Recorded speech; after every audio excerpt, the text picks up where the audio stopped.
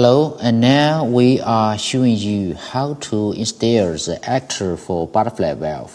And first, we measure the square shaft of the disc. As usual, we have two types dimensions, 8 to 8 mm and 10 to 10 mm. For the connection sleeve, it also with two types, 8 to 8 mm and 10 to 10 mm. The action of the actuator, as usual, we have two types. One is a single action, we call spring air. Another is a double action, air. From the structure of the actuator, there are also two types. One is fully welded, another is detachable. And now we are putting the connection sleeve on the actuator. Use the pin to fix it. Before install, we should also remove the bolt nut from the body of the butterfly valve.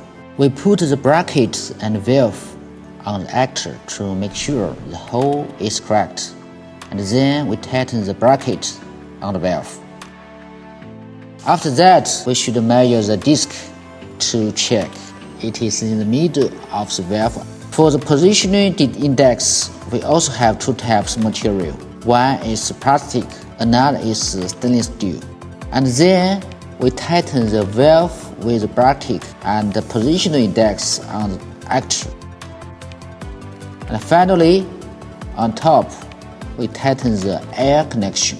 And then we insert the air to test it, open and close. As usual, we use the air pressure with full bar.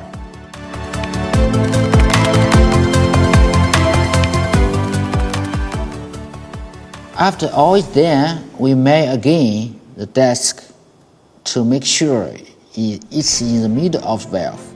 And next, we put the technical labels on the outside of the actuator. For the package, we use the plastic box to protect the impact in transportation.